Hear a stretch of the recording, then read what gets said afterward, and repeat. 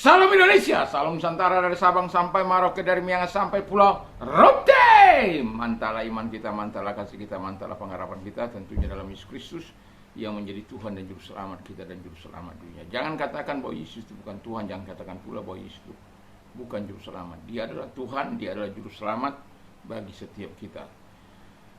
Puji nama Tuhan. Yesus sudah berkata, Akulah jalan dan kebenaran dan hidup, tiada seorang sampai kepada Allah kalau tidak melalui aku. Rasul Petrus mengatakan dalam Kisah Rasul 4 ayat 12, dan keselamatan tidak ada dalam siapapun juga selain dalam Dia Yesus. Karena di bawah kolongan ini tiada nama lain yang diberikan kepada manusia yang olehnya kita diselamatkan. Karena begitu besar kasih Allah akan dunia ini sehingga Ia mengaruniakan anaknya yang tunggal supaya setiap orang percaya kepadanya tidak binasa, melainkan beroleh hidup yang kekal. Dengan hati percaya engkau dibenarkan, dengan mulut mengaku engkau diselamatkan. Kiranya Tuhan Yesus menuntun engkau untuk memilih yang terbaik dalam hidup. Tuhan Yesus memberkati. Kalau engkau salah memilih, engkau akan dihukum. Dan kalau engkau benar memilih, engkau akan diberi hidup yang kekal. Puji nama Tuhan. Saya mengucapkan selamat pagi bagi kita. Kiranya kekuatan Tuhan, kekuatan firman, kekuatan Roh Kudus, kekuatan doa, kekuatan iman senantiasa menyertai kita dalam menjalani kehidupan di pagi hari ini. Sebelumnya mari kita berdoa. Terima kasih biar engkau memberikan motif yang baik dalam hidup kami Bapa di surga. Di dalam nama Yesus kami berdoa. Haleluya. Amin. Saya akan membacakan dalam Matius 6 ayat 1 sampai 4. Ingatlah, jangan kamu melakukan kewajiban agamamu di hadapan orang supaya dilihat mereka, karena jika demikian kamu tidak beroleh upah dari Bapamu yang di sorga.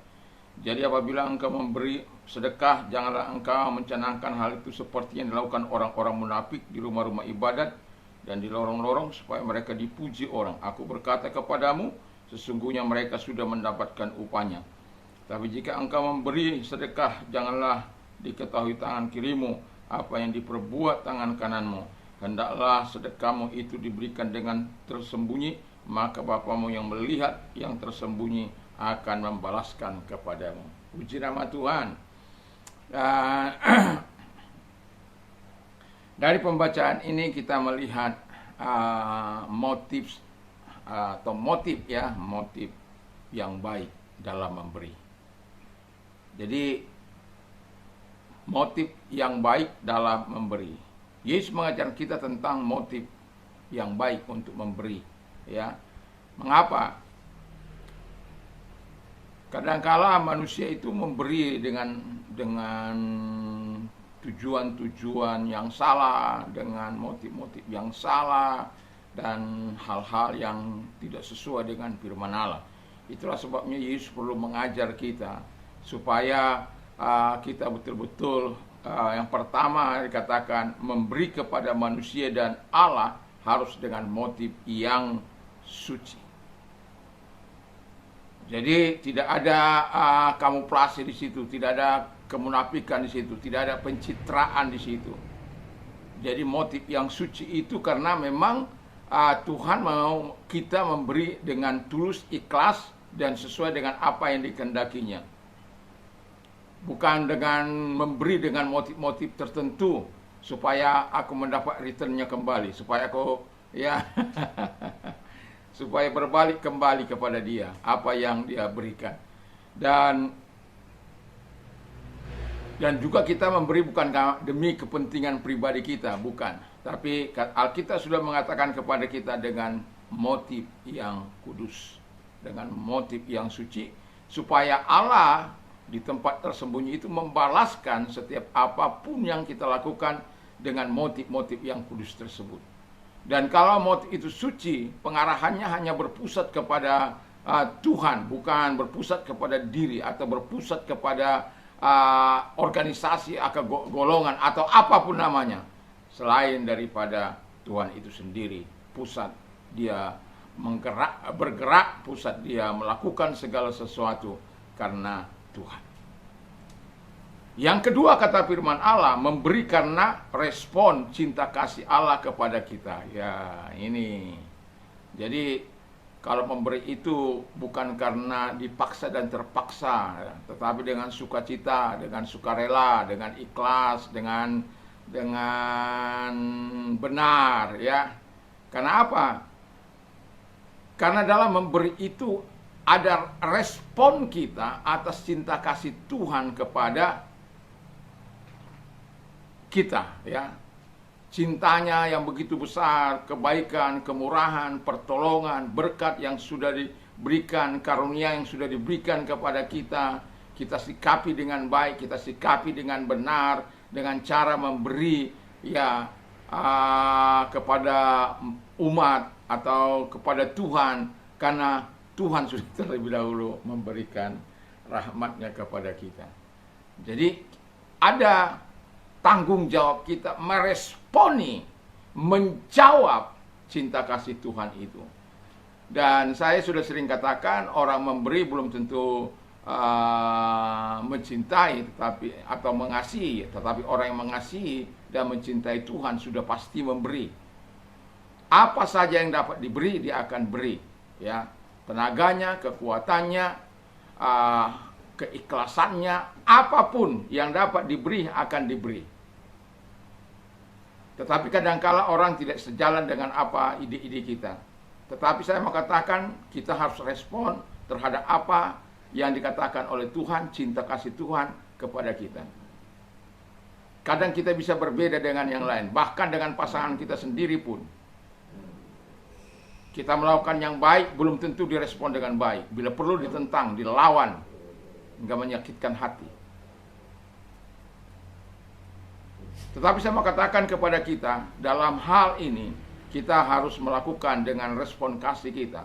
Kita tidak tahu kapan Tuhan mau menggerakkan hati kita untuk mengatakan sesuatu. Tapi biasanya saya kalau berjanji kepada anak-anak saya, atau anak-anak sekolah minggu saya, atau kepada anak-anak yang saya didik. Misalnya saya janji dia datang ke rumah saya, kamu harus tahu 6 kali 15 kosakata, 90 kosakata.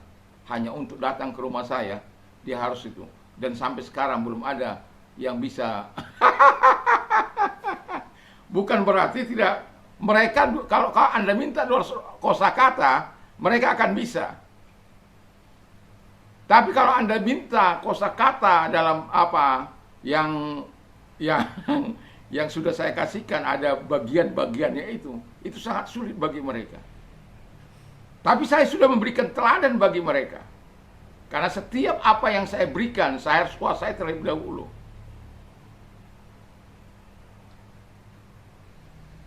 Dan gak mudah. Dan sampai sekarang, gak ada yang bisa anak-anak itu.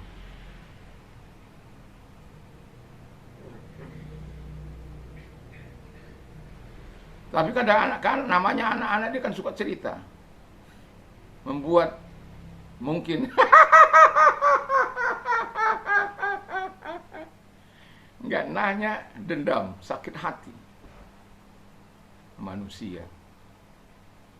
Ya, jadi kita sebagai manusia kita harus ya memotivasi dengan tujuan-tujuan yang baik. Motif kita itu harus kudus, harus suci, harus dalam rangka meresponi cinta kasih Tuhan, bukan dengan yang lain. Kalau kita melakukan dengan respon untuk mencintai orang lain, mencintai Tuhan, saya yakin dan percaya Tuhan yang akan menolong kita terus. Dan itu sebabnya saya mau katakan kepada kita, miliki motif yang baik adalah memberi kepada Tuhan, kepada sesama. Dan juga yang ketiga kata firman Allah, memberi karena perintah Tuhan. Ya, jadi kalau engkau memberi, Tuhan akan memberi. Orang yang memberi banyak akan diberi banyak, orang yang memberi sedikit akan diberi sedikit. Dan Alkitab mengatakan dalam Kisah Rasul 20 ayat 35, lebih berbahagia memberi daripada menerima.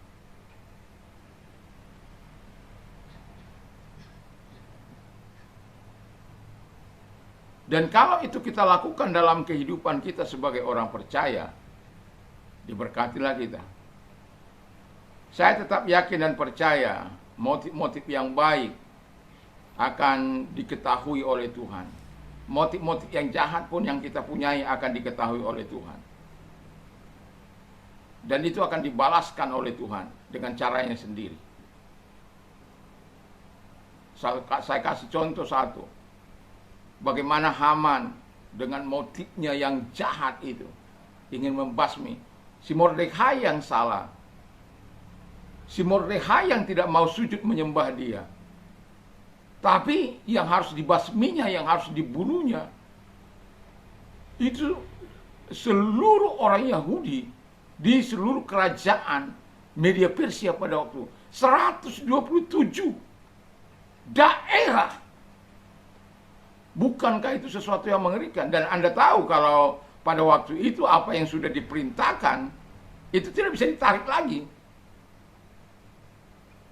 Walaupun pada akhirnya dalam kita tahu bagaimana Mordekhai dibinasakan, dia disulahkan di tiang yang dia buatnya sendiri untuk menyulahkan Mordekhai. Sementara Mordekhai yang memberikan laporan tentang kasus hanya orang si Bigtan dan Teresi itu yang mau membunuh dia, tetapi nggak pernah dicatat, nggak pernah diberikan upah kepada dia.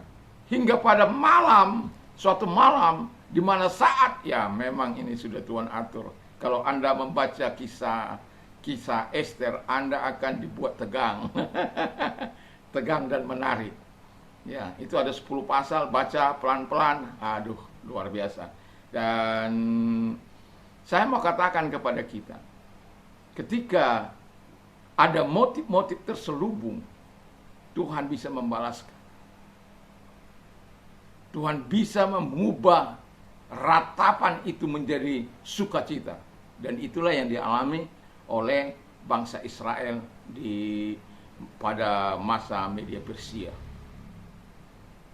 di mana mereka mengalami hal yang sangat luar biasa. Dan itu dibuat menjadi hari raya Purim, hari bagaimana duka cita yang menjadi ratapan mereka berdoa dan berpuasa. Bagaimana kalau kita mengalami masa-masa sulit? Apakah kita berdoa dan berpuasa menangis di hadapan Allah? Atau memang yang katakan peduli amat? Tapi orang yang cinta Tuhan, yang memang satu-satunya jalan, dia akan selalu merendahkan hatinya di hadapan Tuhan. Dan kalau kita memberi atas perintah Tuhan, ya lakukan.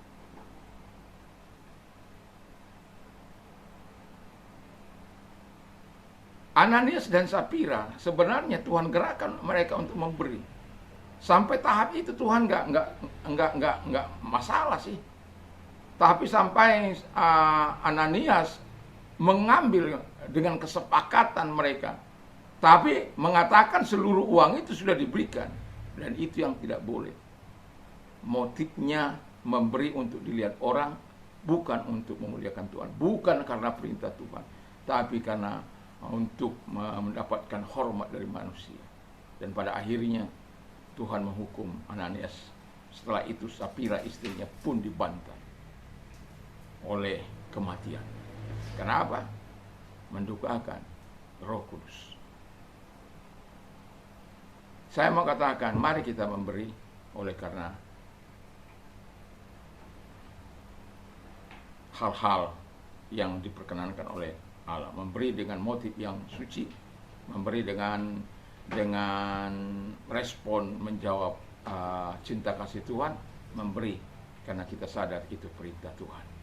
Jadi kalau kita sadar itu perintah Tuhan dan kita memberi dengan motif yang baik, dengan motif yang benar, maka lakukanlah setiap pemberian kita, apapun itu, mau ilmu pengetahuankah, mau apapun itu, mari berikan dengan motif yang baik, sehingga dari Allah lah kita mendapatkan upahnya. Karena Alkitab mengatakan dengan jelas, apapun yang kita buat dalam memberi sedekah kah itu, memberi kepada manusia kah itu, memberi kepada Tuhan kah itu, jangan seperti orang Farisi, aku sudah ini, dan pada saatnya orang berdosa yang dibenarkan, karena dia mengakui dari segala keberadaannya, bukan dalam rangka membanggakan dirinya. Jadi Tuhan Yesus memberkati kita. kiranya motif-motif kita memberi adalah motif-motif yang berkenan di hadapan Allah. Mari kita tunduk kepala, kita berdoa. Terima kasih Bapa di surga, biarkanlah Engkau Allah yang hidup, yang menyatakan segala kasih dan kemurahan-Mu, dan Allah memberkati mereka, dan Allah menolong mereka di dalam nama Tuhan Yesus Kristus. Biarkanlah Tuhan, kami semuanya memiliki motif yang baik dalam memberi.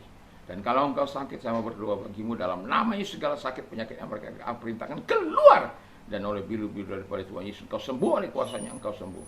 Kalau engkau mengalami permasalahan dalam hidupmu, saya mau berdoa dan angkat kedua belah tanganmu, serahkan diri kepada Tuhan, karena Tuhan mengatakan, Akulah jalan dan kebenaran dan hidup, tiada seorang sampai kepada Allah kalau tidak melalui aku. Dan Yesus mengundang kita, marilah kepadaku hai kamu yang letih lesu dan berbeban berat, aku akan memberikan kelegaan bagimu.